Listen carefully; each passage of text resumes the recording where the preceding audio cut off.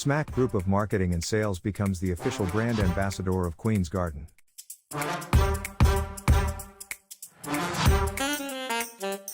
Pakistan's only leading organic honey.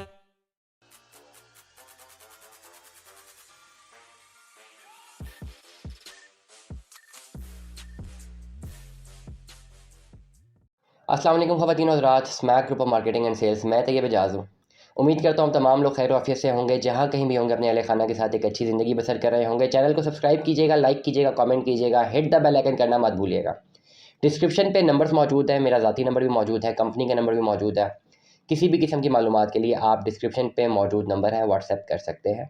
Office location भी मौजूद है, ऑफिस एड्रेस भी मौजूद है, चाहे तो आप ऑफिस भी विज़िट कर सकते हैं। मुल्क की हालात आने वाले टाइम पे कहाँ जाने वाले हैं, और ऐसे मामलात में या ऐसे हालात में आपको क्या करना है।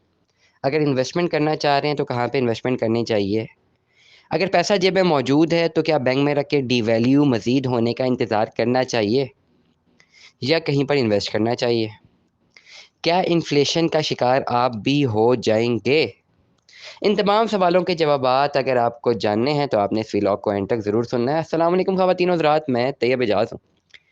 मुल्क की हालात आने वाले टाइम पे कहाँ जाने वाले हैं, एक बात तो श्योर शॉर्ट है, either you agree either you disagree.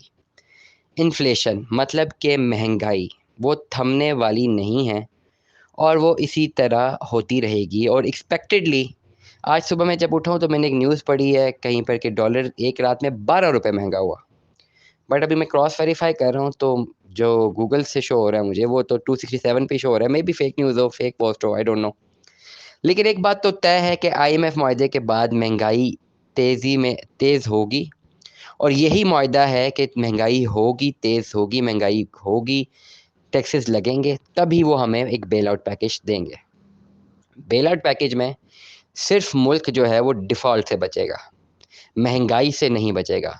Bail out package के बाद अगर मुल्क डिफ़ॉल्ट से बच जाता है तो फ़ायदा अशराफिया को, बिग बिजनेसमैन को, अपर मिडिल क्लास से ऊपर वाली क्लास को, इलीट को, या to some extent upper middle class में रहने वाले एक अच्छे बिजनेसमैन को होगा। मुल्क डिफ़ॉल्ट हो या ना हो, middle class, lower middle class आदमी, पॉवर्टी लाइन पे रहने वाले आदमी और सतह गुर्बत से नीचे रहने वाले लोग मुतासिर हो रहे हैं, होते रहे हैं और होते रहेंगे। ये बात तो बिल्कुल आप लोग बांध लें, धागे से बांध के लिख लें। डिफ़ॉल्ट अगर मुल्क हो जाता खुदा न खास्ता तो तमाम तर लोग अफेक्ट हो जाते। उसमें फिर पॉवर्टी लाइन के लोग, अपर middle class, lower middle class के लोग अफेक्ट हो जाते हैं। डिफ़ॉल्ट का मतलब क्या है? डिफ़ॉल्ट का मतलब ये है पाकिस्तान के कॉन्टेक्स्ट में जी शॉर्टेज हो जाना, डिमांड बहुत ज़्यादा बढ़ जाना, सप्लाई ख़त्म हो जाना, शॉर्टेज बढ़ जाना। जब शॉर्टेज बढ़ेगी तो दोनों अफेक्ट होंगे, अमीर भी गरीब भी। अमीर थोड़े टाइम के लिए कहीं ना कहीं से कुछ ना कुछ अपने लिए अरेंज कर लेगा, लेकिन लॉन्गर रन में रिसोर्स ख़त्म तो हो ही जाता है, तो एक पॉइंट पे जाके उसको भी उसी सब चीज़ों का सामना करना पड़ेगा जो गरीब को पहले दिन से करना पड़ता है। लेट अस सपोज खुदा ना खासा डिफ़ॉल्ट अगर हो जाता है, अव्वल होना नहीं है, अगर हो जाता है तो पहले दिन से गरीब डिस्टर्ब हो जाएगा, उसको पेट्रोल नहीं मिलेगा, उसको खाना नहीं मिलेगा, उसको चीज़ें इलेक्ट्रिसिटी नहीं मिलेगी, काफ़ी चीज़ें नहीं मिलेंगी, उसकी ज़िंदगी 10 साल पीछे चली जाएगी। गरीब का मतलब मैं पॉवर्टी लाइन से नीचे रहने वाले लोग, पॉवर्टी लाइन के ऊपर रहने वाले लोग, लोअर मिडिल क्लास और अपर मिडिल क्लास के लोग तक। इसके ऊपर क्या होगा, जो इलीट है, इलीट, अशराफिया, बिग बिजनेस, जो मुल्क की इलीट है जो कि सिर्फ 7 से 8% तक है, वो उनके पास इतना पैसा होगा या तो वो फ्लू कर देंगे मुल्क से बाहर, अगर यहाँ पर भी रहते हैं तो वो जो है अपनी सारी नेसेसिटीज़ अरेंज करते रहेंगे। बेशक पेट्रोल 5,000 रुपये लीटर भी हो जाए, they can afford it, but एक लिमिटेड टाइम के लिए, एक टाइम तक आने तक, कुछ महीने गुजरने के बाद उनको भी इसी सारी स्कैरसिटी का मतलब है कि कमी का, या वर्ड वी कैन से इन उर्दू में, मुझे मकसद का वर्ड बिल्कुल भूल है, एनीवेज शॉर्टेज का सामना करना पड़े तो उनको भी सामना करना पड़ जाएगा। डिफ़ॉल्ट अगर नहीं होता तो IMF का प्लान लेना पड़ रहा है, ऑलमोस्ट बातें तय हो गई हैं, इंशाल्लाह ये मिल भी जाना है। और जब ये मिलेगा तो डिफ़ॉल्ट नहीं होगा, वो आपको बेल आउट पैकेज दे देंगे IMF वाले और आप डिफ़ॉल्ट नहीं करेंगे। लेकिन महंगाई होगी, जब महंगाई बहुत होगी तो गरीब आदमी मुतासिर होगा। इलीट को तो वैसे ही कोई फ़र्क नहीं पड़ना, इलीट को पेट्रोल 500 रुपये लीटर भी पड़ जाए उसे तब भी कोई फ़र्क नहीं पड़ना, 1000 रुपये लीटर भी पड़ जाए उसे कोई फ़र्क नहीं पड़ना। लेकिन ये हमारी पूरी पॉपुलेशन का 6 से 7% लोग हैं, लेकिन वो सर्वाइव कर जाएंगे क्योंकि वो शॉर्टेज की तरफ नहीं जाएंगे और उनके जो ऑलरेडी बिजनेसेस चल रहे हैं जो कि डायरेक्टली लिंक करते हैं मिडिल क्लास से, पॉवर्टी लाइन से, अपर मिडिल क्लास से, वो सर्कुलेशन ऑफ मनी ज़्यादा होगी, डेफिनेटली डिमांड और जनरेट होगी, सप्लाई शॉर्ट होगी, तो उनका पैसा और बनता रहेगा और उनके पास अच्छा मैकेनिज्म है, जितना पैसा वो रुपए में बनाते हैं वो उसको अच्छे तरीके से एसेट में कन्वर्ट करके डॉलर में ले जाते हैं। तो जो अभी आगने वाले टाइम पे होने वाला है, इलीट जो है, मुल्क की जो इलीट क्लास है वो बहुत अमीर होने लगी है, उनको और ज़्यादा जो है फ़वाइद मिलने लगे, गरीब आदमी जो है वो मुतासिर होता रहेगा। ये तो चले हमने एक नेगेटिव एस्पेक्ट बता दिया है सच्चाई की बुनियाद पर, बेटर एस्पेक्ट।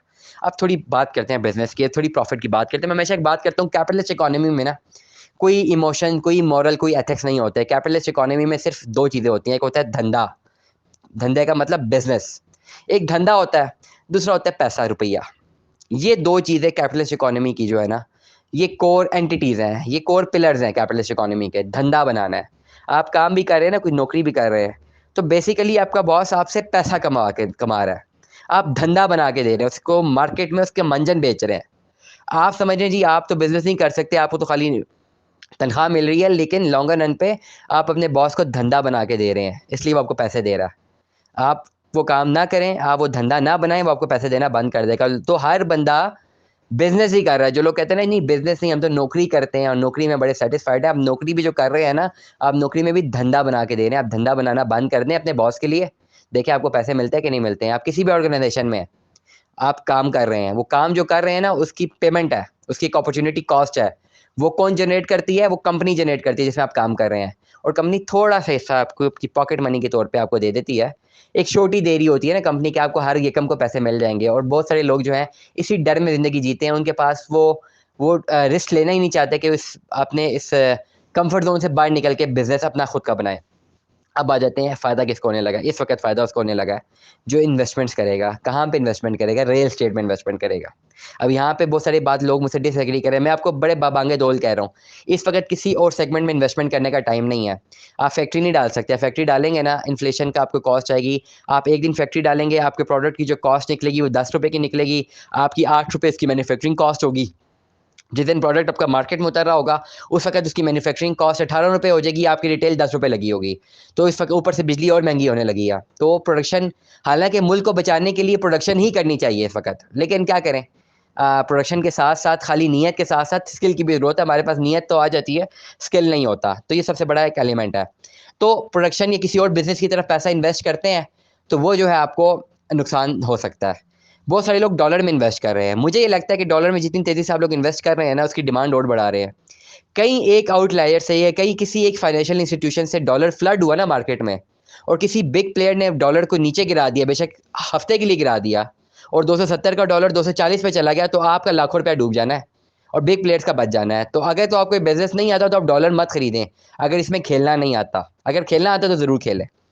अब बात खेलने का मतलब, ये मार्केट की टर्मिनोलॉजी है। खेलने का मतलब you play in the market, आप बाइंग और सेलिंग का टाइम जानते होते हैं, इसे कहते हैं play in the market. Some people play smartly in the market, some people do not play smartly in the market.